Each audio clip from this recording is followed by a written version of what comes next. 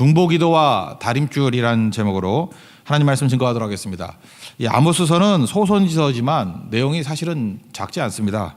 9장까지 되어 있는데 3막으로 나눌 수 있습니다. 먼저 1, 2장이죠. 그 8개 나라 열방에 대한 심판 얘기를 하고, 그다음에 3장부터 6장까지는 이스라엘, 북쪽 이스라엘을 클로즈업 해가지고 이렇게 설명을 합니다. 그리고 마지막 세 번째 3막이 나오는데 7장부터 9장까지 5개 환상이 나옵니다. 오늘은 그 중에 7장인데 3개 환상이 나오고 세 번째 환상과 연관이 되어 있는 것 같은 스토리가 나옵니다. 그래서 세 번째 환상하고 이 아마샤, 아모스 이 대결 부분은 세 번째 환상과 이렇게 연결시켜서 해석을 하면 참 좋을 것 같습니다. 그러니까 두 파트죠. 첫 번째, 두 번째 환상과 세 번째 환상 플러스 스토리, 이렇게 한번 살펴보도록 하겠습니다. 첫 번째와 두 번째 환상에서의 메시지는 뭐냐면 중보기도가 중요하다는 거예요. 어제 말씀하고도 연결되어 있네요. 그죠? 사도행전 12장에도 보니까 중보기도의 힘이 강력하다, 그런 거였죠. 여기도 마찬가지입니다. 하나님 백성들이 해야 될 일이 뭐냐? 중보기도의 사람이 돼야 된다라는 것입니다. 이게 첫 번째 환상과 두 번째 환상의 내용이에요. 첫 번째 환상의 내용은 뭐냐? 메뚜기 환상이라고 그럽니다. 1절부터 3절까지 내용인데, 하나님께서 선지자에게 먼저 보이십니다. 본 사람은 책임이 있죠. 그래서 사도행전에 나오잖아요. 말씀 증거하지 마라 그랬더니 우리가 보고 들은 것을 전하지 아니할 수 없다. 그러니까 보고 들은 거 그게 재산이거든요. 보고 들은 거 말하는 게 그게 전도입니다. 여러분 뭐 이렇게 짜내는 거 아니에요. 그냥 본 거 얘기하는 겁니다. 들은 거 얘기하는 거예요. 그게 전도라는 것입니다.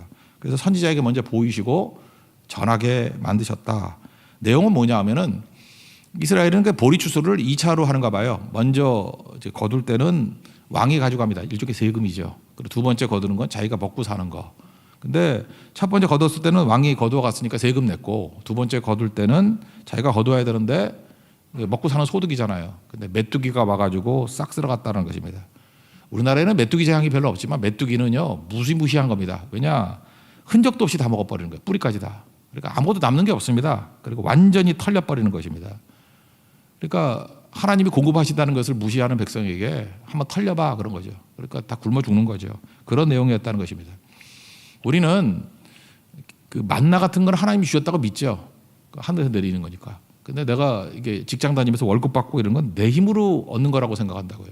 여호수아 5장 12절에 보니까 이제 가나안 땅에 들어왔습니다. 그 땅의 소산물을 먹은 다음 날부터 만나가 그쳤다 그랬습니다.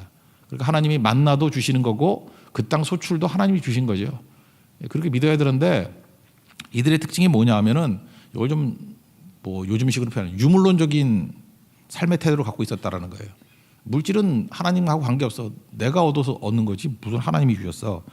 그래서 유물론적인 공급에 대한 신앙이 그게 바알 신앙이거든요.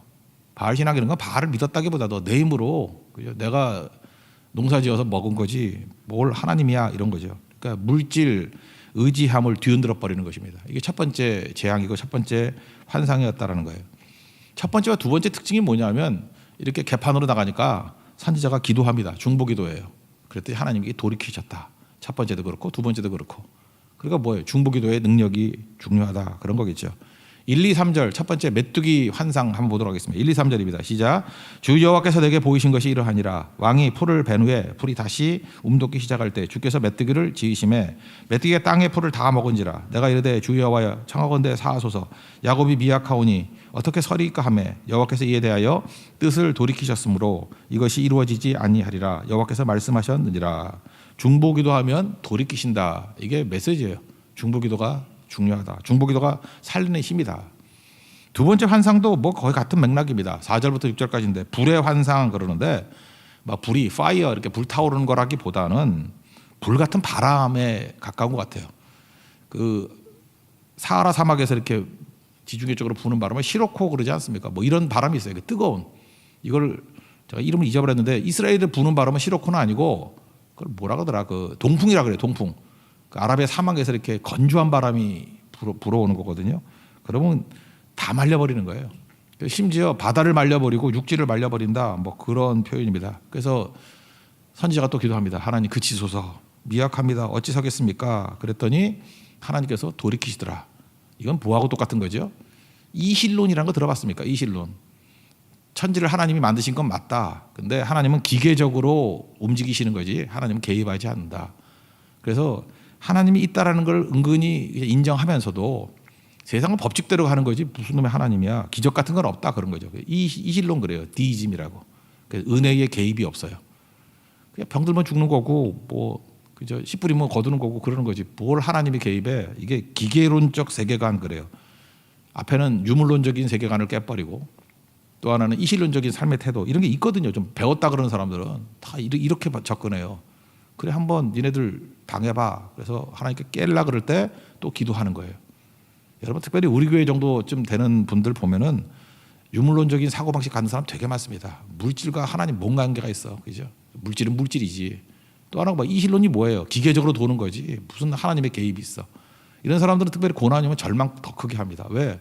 하나님의 은혜의 역사를 체험 안 하거든요. 어차피 도는 거지. 뭐 이게 마음의 위로나 있는 거지.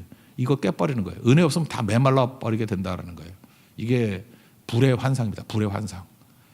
4절부터 6절까지 읽겠습니다. 시작. 주 여호와께서 또 내게 보이신 것이 이러하니라. 주 여호와께서 명령하여 불로 징벌하게 하시니 불이 큰 바다를 삼키고 육지까지 먹으려 하는지라. 이에 내가 이르되 주 여호와의 청하건대 그치소서. 야곱이 미약하오니 어떻게 서리이까 하매 주 여호와께서 이에 대하여 뜻을 돌이켜 주 여호와께서 이르시되 이것도 이루지 아니하리라 하시니라.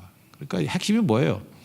중보기도 했더니 하나님께 돌이키셨다 그런 얘기예요. 그러니까 믿는 자의 역할이 무엇입니까? 중보기도 하는 거죠. 그래서 우리 축복의 통로잖아요. 축복의 사람이잖아요. 그 땅의 모든 백성이 너로 말미암아 복 받는다고. 그러니까 우리가 존재함으로 말미암아 중보기도 때문에 살게 만든다라는 것입니다. 아브라함의 중보기도로 롯이 살았고, 모세의 중보기도로 이스라엘 백성이 살았고, 바울의 중보기도로 유라굴라 강풍 가운데 있는 백성들이 다 살았잖아요. 제가 고등학교 때인가요? 우리 교회에서 단체로 갔었는데 가나안 농군학교. 저는 그게 너무 인상적이었어요. 거기 조영기 장로님, 아니 김용기 장로님, 조영기 장로님 아니에요, 김용기 장로님. 헷갈리네. 예. 김용기 원래 환자는 이래요. 헷갈려요, 잠깐만. 김용기 장로님이 거기 이렇게 액자같이 써 있는 게 있었어요. 조국이여 안심하라. 그거만 딱 있었는데 이유가 뭐냐? 이분은 날마다 기도하셨답니다. 나라를 놓고. 그래서 내가 기도하니까 거기 써 있지는 않아요. 근데 조국이 안심하라.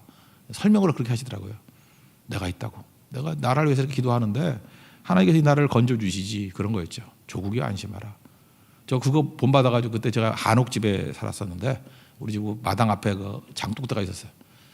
밤마다 깨가지고 너무 뜨거웠어요. 그게 너무 뜨거워서 저는 가나안 농군학교 영향을 좀 많이 받았던 것 같아요. 그래서 너무 설교를 하고 싶은 거예요. 그래서 아버지께 와가지고 설교한 발로 차고 이제 돌아가셨지만 잠이나 자지 뭐 하냐 그러고 저는 진짜 설교를 들어줄 사람이 없더라고. 그래서 장독대에 올라가서 서울이여 회개하라. 뭐 이 나라 내가 지킨다. 뭐 이러면서 기도했던 기억이 나요. 그런 거죠. 그게 제가 고등학교 때 이게 느꼈던 뜨거움이었던 것 같아요. 중보기도죠. 그때 참 중보기도 많이 했습니다. 우리 성도들이 저는 뭐 거기 살아서 그런 게 아니라 서울 사람 다 그렇게 갔던 것 같아요. 평창동이라고 있죠. 평창동 그러면 냉면만 생각하는데 평창동 올라가면 삼각산 기도원이라고 있었어요. 바위가 있었거든요. 화강암. 거기에 앉을 자리를 찾지 못했어요. 성도들이 너무 많이 올라와서. 그래서 자리도 맡아놨어야 돼. 여기 조금 어디 딴 데 갔다 오면 없어져 버리고 누가 앉아있고. 그냥 산에 금요일 같으면 철야 기도를 하는데 뭐 지금같이 뭐 2시간 이렇게 하는 게 아니에요. 밤새도록. 새벽이 될 때까지. 목적이 뭔지 아십니까? 자기 잘 먹고 잘 살자가 아니라 나라 위한 기도였어요. 나라 위한 기도. 저는 그때 김일성이 최고의 역할을 했다고 생각하는데 이렇게 무장 공비 보내면 올라가서 몇천 명씩 기도하고 그랬어요. 뭐 이렇게 뭐 배 하나 뺏어가면 또 뭐 기도하고. 전 그래서 우리 한국교회 최고 부흥의 공로자는 김일성이라고 생각해요. 정말이에요. 북한에서 뭐 도발만 한번 하면 그냥 벌떼같이 올라가서 기도하고. 지금 여러분 미사일이 날라와도 뭐 핵실험을 해도 기도 안 하잖아요. 지금 내가 핵이다 그러고 기도 안 하잖아요. 근데 그런 능력이 있더라는 거예요. 그래서 여기서 핵심이 뭡니까? 선지적인 역할을 감당하는 하나님 백성들이 해야 될 일이 뭐냐? 중보기도. 결국은 세상의 운명은요 중보기도의 손에 달려 있습니다. 기도하십시오. 다양한 기도했으면 좋겠어요. 우리 이제 철야기도 같은 때 산기도도 좀 했으면 좋겠고, 산기도도 이제 가면 갈까요? 우리 금요철야기 없애버리고 산에 가서 또 기도하는 것도 괜찮죠. 우리도 한번 올라갑시다. 산에 가고 금식기도 하고 3일 정도는 할 수 있잖아요. 그죠? 중보기도 하고. 지금 우리 환호기도회 정도 있는데 중보기도 팀을 많이 만들어서 기도하면 하나님의 역사가 있습니다. 그래서 중보기도의 능력을 확인해야 돼요. 이거 그냥 기도하는 것과 와 기도의 능력이 대단하구나 확인하는 거. 요즘에 저한테 중보기도의 능력을 확인했던 뭐 이렇게 글들 많이 보내주시는데 아버지가 다 쓰러져 가지고 뭐 가능성이 없다 그러는데 기도했던 지 그 10년 동안 살아계신다 뭐 그런 고백도 있고요. 어머니 뭐 별거 아니다 그랬었는데 의사는 소망 없다 그랬는데 기도했더니 또 뭐 길이 열려 가지고 또 살리고 그런 가족이 있더라고요. 그죠? 중보기도의 능력 그거 깨달았다고. 그거 왜 보내주냐면 저를 위해서 기도해 준다고 뭐 그런 얘기였어요. 그죠? 그러니까 내가 그 사람 믿고 안심하지는 않지. 하나님 믿고 안심하지만 하여튼 그런 것들 내가 볼 때 딴 거보다도 그 글에서 제가 느꼈던 게 뭐냐면 이분은 중보기도의 능력을 확인한 사람이구나. 그냥 하는 게 아니라 확인하고 검증이 된 사람이에요. 이게 재산이죠. 우리도 그런 모습이 꼭 있어야 된다라는 것입니다. 그래서 첫 번째, 두 번째 환상이 보여주는 건 뭐예요? 중보기도죠. 이렇게 심판이 임하게 되었을 때 선지자가 중보기도 했더니 하나님께서 돌이키시더라. 중보기도의 능력을 보여주고 있습니다. 세 번째 환상은 다림줄 환상이라 그러는데 여기서부터는 중보기도도 없고 돌이킴도 없어요. 그냥 선포예요. 다림줄이 뭐죠? 요즘에 건축하는데 잘 안 가보진 모르지만 요즘에 워낙 큰 건물을 지니까 옛날에 이게 뭐 낮은 한박한 건물을 지면은 이렇게 실 같은데 추를 매달아 가지고 이렇게 걸어놨어요. 그런 거 아세요? 그다음에 이렇게 벽돌 쌓을 때 옆으로도 줄 쫙 해서 뭐 모르면 말고 하여튼간 그런 거 있잖아요. 93년도가 나온 책인데 제가 재밌게 봤던 책이 있어요. 근데 다 기억은 안 나는데 노가다 병법이에요. 김영사에 나온 책인데 노가다 병법. 그때는 리더십이 활성화되는 때였는데 어떤 사장님이었어요. 그분이 이제 건축하던 분의 건축업계에서 뛰던 분인데 노가다 병법. 제가 당시에 나온 그 리더십 책 중에서 최고의 책이다 이런 생각을 가졌어요. 지금 검색해봐도 뭐 파는 데는 없더라고요. 노가다 병법이라는 책. 거기서 인상적인 게 딱 하나예요. 자기는 사업을 할 때 제일 중요한 게 노가다에서 배웠대요. 그 건축할 때 제일 중요한 게 뭐냐? 수평 수직이래요. 수직은 다림줄이고 수평은 원래 그 이게 뭐라지 또 물 같은데 이렇게 방울 만들어 가지고 가운데 만드는 거 수평 만드는 게 있거든요. 그런 거. 그래서 수직 수평이래요. 수직 수평이 되지 않으면은 다 무너져 버린다. 다림줄이 그거예요. 하나님이 기준이라는 거예요. 하나님 말씀이 기준이라는 거예요. 여기 다림줄 잘 모르면 예수님으로 치환하십시오. 다림줄 대신 예수님이 기준이에요. 예수님을 기준으로 삼으면 다 살고 아니면 죽는다. 그러니까 이건 중보기도도 없죠. 예수님 없는 구원 없어요. 그러니까 여긴 중보기도 없어요. 예수님 아니면 죽고 사는 문제 여기서 결판난다는 거예요. 예수님 다림줄이다. 예수님 외에는 구원이 없다. 다른 이름을 주신 적이 없다. 구원받을 만한 다른 이름을 주신 적이 없다. 사도행전 4장 12절 나오잖아요. 그게 다림줄 예수 모습이라는 것입니다. 대학생 때 이렇게 봉사활동 많이 가지 않습니까? 그때 봉사활동이 되게 많았어요. 가면 이렇게 교회, 제 기억이 교회인 것 같은데 우리가 하다가 실패했던 게 뭐냐면 그 계단이 쉽지 않아요. 그 계단 되게 쉬워 보이죠. 이렇게 기역자 이렇게 하면 계단이 될 것 같은데 결국 계단 못 만들었어요. 계단이 안 나와. 그래서 건축은 아무나 하는 게 아니라는 걸 깨달았고 근데 저는 계단이 아니었고 제가 담당했던 건 뭐냐 벽이었어요. 세상에 벽에 벽돌 쌓는 것만큼 쉬운 게 어딨나. 그래서 벽돌을 쌓았거든요. 한 이틀 쌓았는데 아침에 가보니까 배가 나왔어. 이렇게 휘어가지고 배가 나왔어. 그래도 속였지. 또 밀어가지고 배 밀어놓고 이렇게 오는 날 쓰러졌어요. 담이 다 쓰러졌어. 그래서 제가 선배님한테 엄청 혼나고 막 그랬었는데 핵심이 뭐예요? 다림줄이에요. 수직 수평. 그건 매 순간 체크해야 된다고. 수직 수평이 되지 않으면 아무것도 안 되는 거예요. 우리 인생도 마찬가지예요. 다림줄 대신 예수님 못 쓰면 아무것도 안 되는 거죠. 교회가 어떤 교회가 돼야 되냐? 예배를 드리거나 무슨 활동을 할 때 예수님을 높여야 돼요. 예수님을 높여야 되고 모든 메시지나 모든 활동 가운데 예수님만이 구원이다. 이게 다림줄이에요. 이거 말고 딴소리 하면 안 된다고. 뭐 사람이 높아지거나 인간적인 술수가 나오거나 뭐 공로의식 뭐 사람들의 어떤 작당들 뭐 작당이라고 말할게요. 이런 게 있으면 무너져요. 교회는. 여기 다림줄 이건 예수님의 다림줄. 요즘에 잘 안 쓰는데 옛날에 그 다림줄이라는 책도 있었고 성경고 교재도 다림줄이 많았는데 아모스도 되게 좋아했어요. 80년대는 다림줄 이퀄 예수님이에요. 예수님이 우리의 다림줄 되신다. 말씀이 우리의 다림줄 되신다. 이거 꼭 붙들고 다림줄 대신에 예수님만 붙들 수 있는 그런 인생 되시길 바랍니다. 그러지 않으면 무너진다라는 거예요. 이게 세 번째 환상이에요. 이거는 중보기도군이 뭐 돌이킴이 없어요. 예수 외에는 없어요. 답이. 그래서 이거는 그냥 선포예요. 예수님이 다림줄 되신다. 이거 아니면 죽는다. 예수님 붙들고 승리하는 우리 하나님의 거룩한 종 되기를 바랍니다. 우리 7절부터 9절까지 읽겠습니다. 시작. 또 내게 보이신 것이 이러하니라. 다림줄을 가지고 쌓은 담 곁에 주께서 손에 다림줄을 잡고 서셨더니 여호와께서 내게 이르시되 아모스야 내가 무엇을 보느냐. 내가 대답하되 다림줄이니이다. 주께서 이르시되 내가 다림줄을 내 백성 이스라엘 가운데 두고 다시는 용서하지 아니하리니 이삭의 산당들이 황폐되며 이스라엘 성소들이 파괴될 것이라. 내가 일어나 칼로 여로보암의 집을 치리라 하시니라. 다림줄 수직 수평 안 맞으면 무너진다, 친다, 깨진다, 소망 없다 그런 거죠. 그러니까 다림줄은 예수님이다. 다림줄은 말씀이다. 이거 붙들고 오직 예수님만 붙들 수 있는 하나님의 거룩한 종 되기를 바랍니다. 이 패턴이 이래요. 1, 2, 3 환상 나오고 난 다음에 스토리가 나와요. 또 이제 네 번째 환상 나오고 난 다음에 스토리가 나오고 다섯 번째 환상 나오고 또 스토리가 나온다고. 그 스토리는 그 앞에 있는 환상하고 연관이 되어 있는 것 같아요. 그래서 이 세 번째 다림줄 환상과 연관된 스토리가 두 가지 길, 아마샤의 길과 아모스의 길, 이 두 가지가 있다고요. 그럼 무슨 얘기예요? 아마샤는 다림줄을 버린 선지자, 아모스는 다림줄을 붙든 선지자, 예수님 붙든 선지자, 말씀 붙든 선지자. 그러니까 진짜와 가짜가 거기 있는 거죠. 우리 성도로 대입을 해보세요. 그럼 아마샤 같은 성도가 있겠죠. 다림줄 대신 예수를 버리고 엉뚱한 거 믿는 성도 무너져요. 근데 다림줄 대신 예수님 붙든 아모스 같은 선지자 산다는 거죠. 이거 타이틀하고 아무 관계가 없다는 거죠. 진짜와 가짜 이런 거죠. 그러니까 아마샤는 어떤 인생이었습니까? 다림줄 대신 예수님 붙드는 게 아니라 말씀 붙든 게 아니라 자기 밥벌이로 생각했다라는 것입니다. 항상 그 예레미야서에도 보면 가짜가 나오죠. 그죠? 예레미야 시대 때도 그 아이안가요? 뭐 이런 선지자 있고 그죠? 가짜들이 항상 존재하더라고. 그러니까 가짜의 특징이 뭐냐? 요즘에 뭐 그런 말 많이 써요. 메시지를 공격하기 힘들면 메신저를 공격하라고.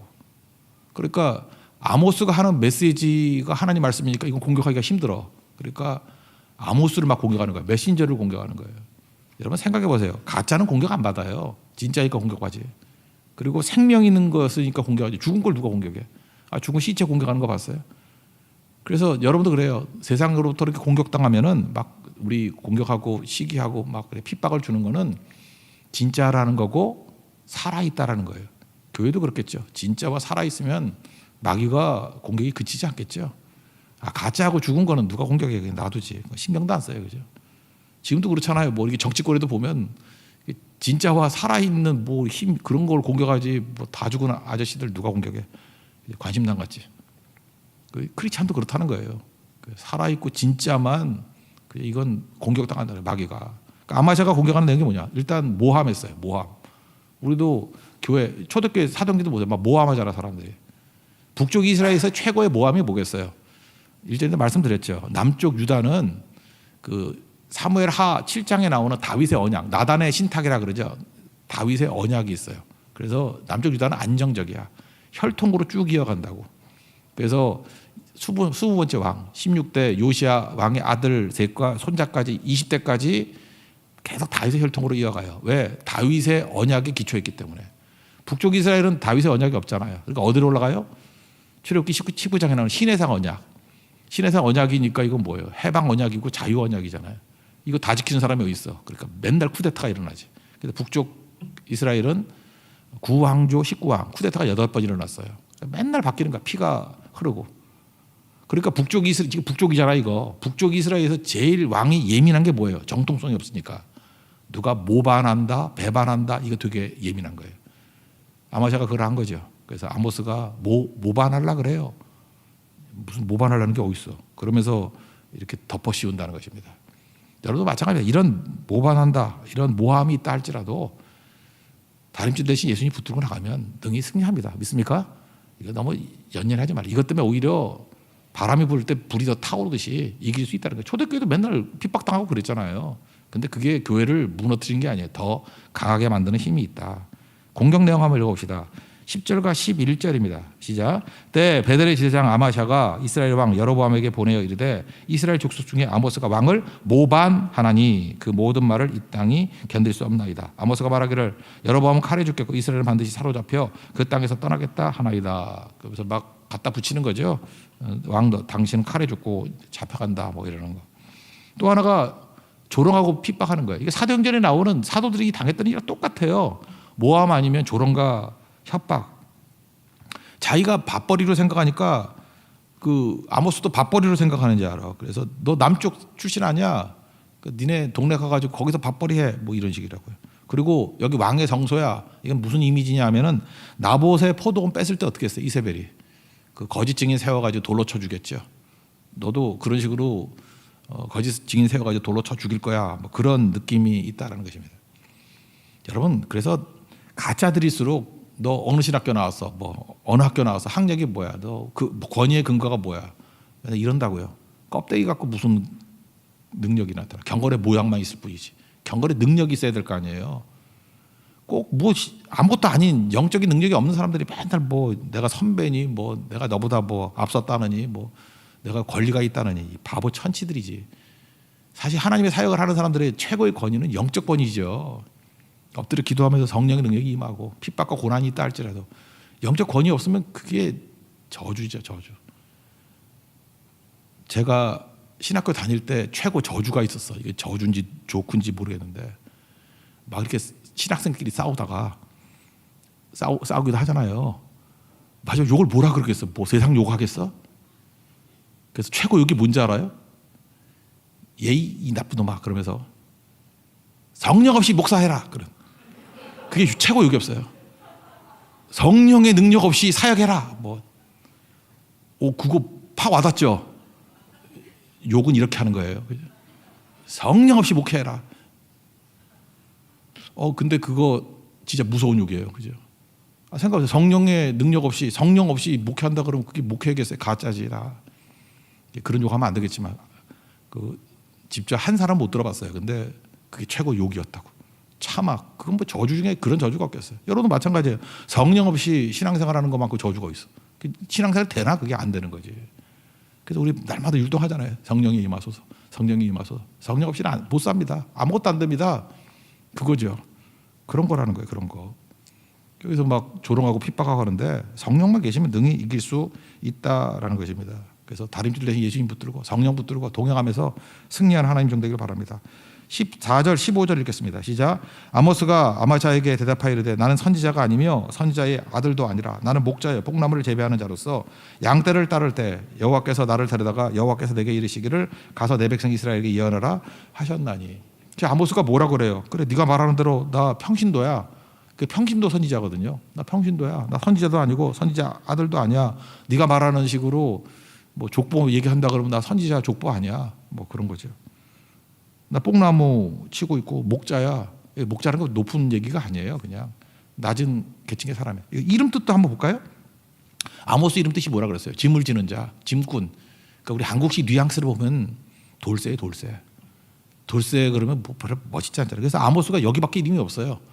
성경 어딜 찾아봐도 아모스는 딱 하나 나와. 동명이인도 없어. 뭐 아모스라는 이름을 누가 짓겠어요? 짐꾼인데. 아마샤는 되게 많아요. 이 가짜일수록 아마샤 되게 많아. 아마샤. 여호와는 권능이다. 하나님이 힘이다. 그죠?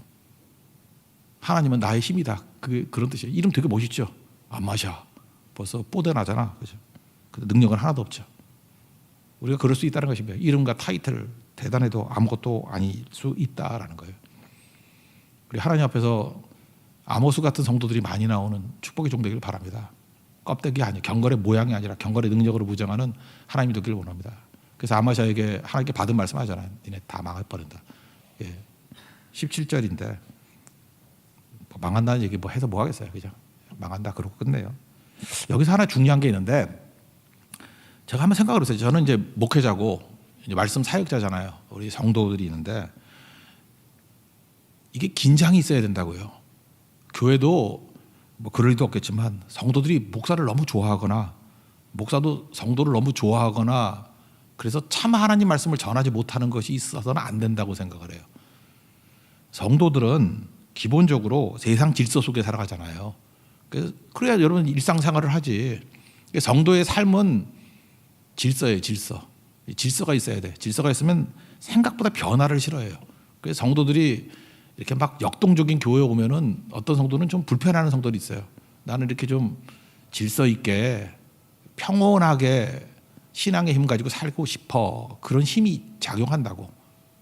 반면에 말씀 사역자는 특징이 뭐예요? 비전을 선포하는 거 아니에요. 비전을 선포한다는 게 뭐예요? 계속된 변화를 얘기하는 거라고. 성도는 질서라는 게 변화 없는 걸 추구하는데 말씀은 계속해서 변화를 추구한다고요. 그러니까 긴장이 있어요, 없어요? 있죠. 이거 타협하면 안 돼요. 목사가 알아요. 바보가 아닌 이상 성도들이 듣고자 하는 내용이 뭔지를 알아요. 어떤 말씀을 증거하면은 은혜 받았다 그러고 좋아하고 하는지를 알아요. 근데 그것만 증거해서는 안 돼요. 하나님 말씀에 있는 그대로 증거하고 성도들은 아프고 힘들더라도 그거를 아멘하고 받아들이면서 변화돼 가는 거. 이걸 굳이 말한다 그러면 창조적 긴장이에요. 그래서 교회는 창조적 긴장이 있어야 됩니다. 그래서 성도들이 설교 들을 때 좀 싫은 게 있어야 돼요. 다 100% 용납할 수 있습니다. 그거 아니에요. 어떤 때는 듣기 싫고 미치겠어 막 이런 게 있어야 돼요. 적어도 30%는. 그리고 목사도요 알아요. 이거 증거하면은 교인들 졸고 싫어하고 막 그런다는 거. 그래도 증거해야 돼요. 그게 창조적 긴장이라고. 그러면 둘 다 삽니다. 그게 아모스예요. 아모스는 백성들과 창조적 긴장이 있었어요. 듣기 싫은 거 알면서도 합니다. 그리고 살 길도 얘기해주고 70% 받아들일 수 있는 거, 30% 아픈 얘기. 백성들도 받아들일 때 사는 거죠. 이 바보들은 이거 받아들이지 않아서 망하잖아요. 저는 우리 교회가 아모스와 또 이 백성들과 같이 이런 창조적 긴장 속에서 서로 약간 불편하더라도 그걸 수용함을 통해서 하나님께서 원하는 다림줄 붙들고 나가는, 그래서 하나님이 기뻐하시는 교회가 되는 축복이 임하기를 기원합니다. 그러면 삽니다. 그런 은혜가 넘쳐나기를 축원합니다. 자리에서 일어나겠습니다. 주님 되길 축복의 사람 찬양합시다. 축복의 사람.